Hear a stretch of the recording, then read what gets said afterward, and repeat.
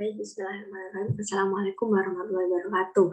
Di sini saya akan menjelaskan tentang mata kuliah Islam disiplin ilmu dan saya memilih judul psikosomatik.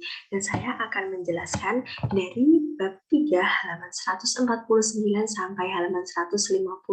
Sebelumnya saya akan memperkenalkan diri. Nama saya Kausar Julia Jasminur Amira dari Fakultas Psikologi kelas D dengan NIM 307020102. Dan di sini saya akan memperkenalkan dosen pengampu saya, yaitu Dr. Hajarno Anggreni, MSI, psikolog. Baik, saya lanjutkan ke materi yang pertama. Nah, materi yang pertama kita akan membahas nih tentang apa sih pengertian dari psikosomatik itu. Nah, psikosomatik adalah gangguan fisik yang menyebabkan munculnya atau kambuhnya disebabkan karena faktor psikologis. Dan yang paling sering dan yang paling berat terjadi adalah karena stres atau tekanan emosional. Nah, psikolog zaman sekarang sudah menjadi penyakit dunia dan ini tidak dipungkiri lagi. Selain itu, psikosomatik berperan dalam membahas interdisiplin dan integrasi ilmu pengetahuan perilaku dan biomedis. Singkatnya adalah psikosomatik itu adalah gangguan fisik yang disebabkan karena pikiran dan badan kita. Jika pikiran kita sakit, maka badan kita juga akan terpengaruh. Begitupun sebaliknya, jika badan kita sakit, maka pikiran pun juga akan terpengaruh. Kemudian, apa sih penyebabnya dari hal ini?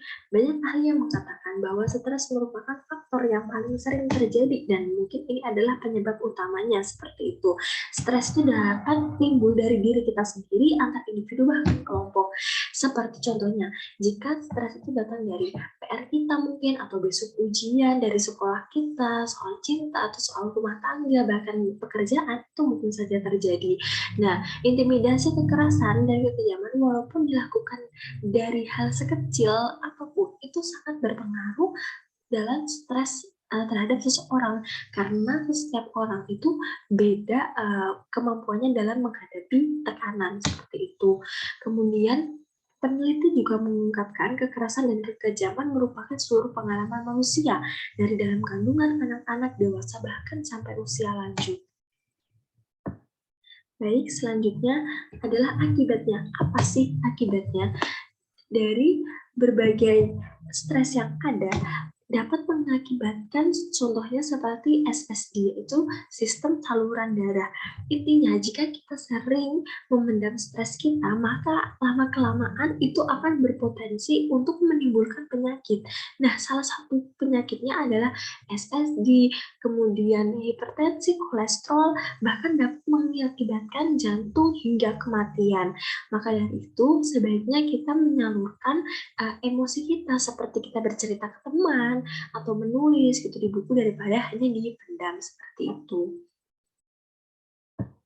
Kemudian penyakit ini disebabkan oleh stres selama ada manusia. Dan seiring berkembangnya zaman, penyakit ini pasti akan selalu ada dan penyakit ini tidak akan hilang selama manusia masih ada di muka bumi. Jadi peneliti mengatakan bahwa paradigma bagi penanganan penyakit ini akan selalu ada seiring berkembangnya zaman. Dan ini benar karena penyakit ini tidak ada dan tidak akan hilang selama manusia ini masih ada di muka bumi. Seperti itu. Kemudian penanganannya itu bagaimana? Lebih baik kita itu mengetahui masalah kita atau sumber kesetresan kita itu sendiri. Dan jika kita sudah mengetahui sumber masalah kita atau stres kita, kita akan bisa menangani emosi kita. Setelah kita bisa menangani emosi kita, maka kita harus menyelesaikan masalah kita.